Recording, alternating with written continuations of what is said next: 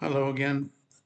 This is the second part of the Malta story, and I've named it Gozo.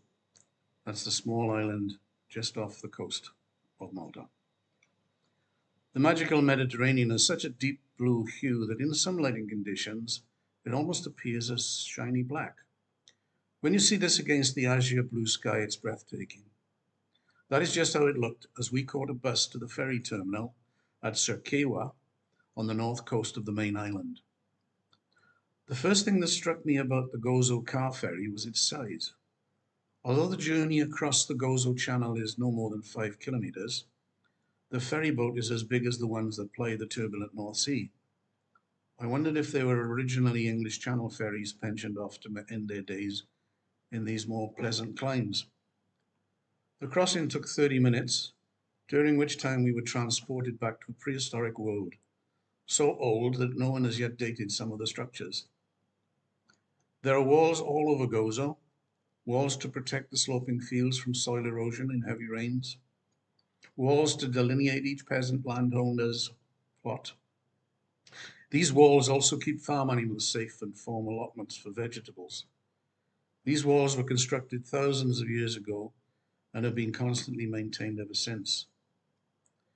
But there's another type of wall on Gozo, less utilitarian, more spiritual and magical. These temple walls are older than the megaliths at Stonehenge, which were started about 5,000 years ago. The Gozo temple builders worked at least 1,000 years before the people of Stonehenge, and then abruptly and mysteriously disappeared from the historical record. The site at Ganjicha is listed on the UNESCO World Heritage List, and as the name suggests, legend has it that a race of giants were the builders. But who knows? Whoever they were, they left some of the earliest stone artifacts in existence, which are on permanent display at the site. Personally, I get a tremendous feeling of curiosity when I visit a place of such antiquity. This feeling is all the more embracing because we know so little of the earlier occupants. How did they live? What clothes did they wear, if any? Why did they build these temples? How the hell did they cut, shape, and move such heavy stones? There were too many questions and not enough answers. It was time to move on. We were much tempted to go and see the Azure Window, a natural rock formation in the coralline limestone at the northwestern corner of Gozo.